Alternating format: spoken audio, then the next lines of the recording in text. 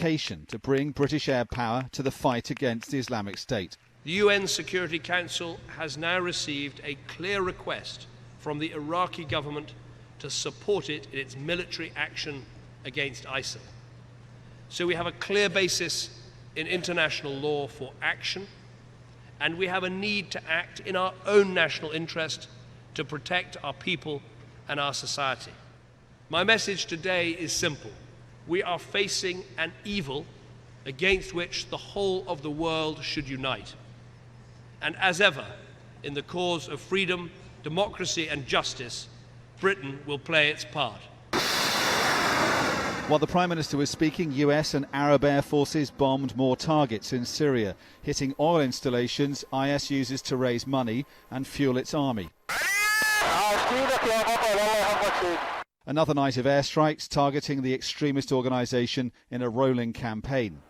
But Britain's role, if approved by Parliament, will be limited. In his speech, David Cameron talked about IS atrocities in both Syria and Iraq and of the dangers of inaction.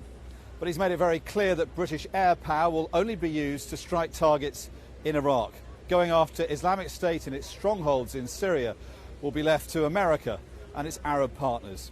Earlier, David Cameron, Barack Obama and other world leaders passed a UN Security Council resolution targeting people travelling to fight and train for terrorism. The Prime Minister said he was sickened that young British people were being drawn in to fight for IS. The conflict in Iraq and Syria is shocking the world with its barbarity. One of the most disturbing aspects is how this conflict is sucking in our own young people from modern, prosperous societies.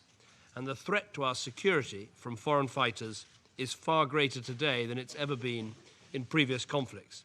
Barack Obama is building support for an international coalition against Islamic State.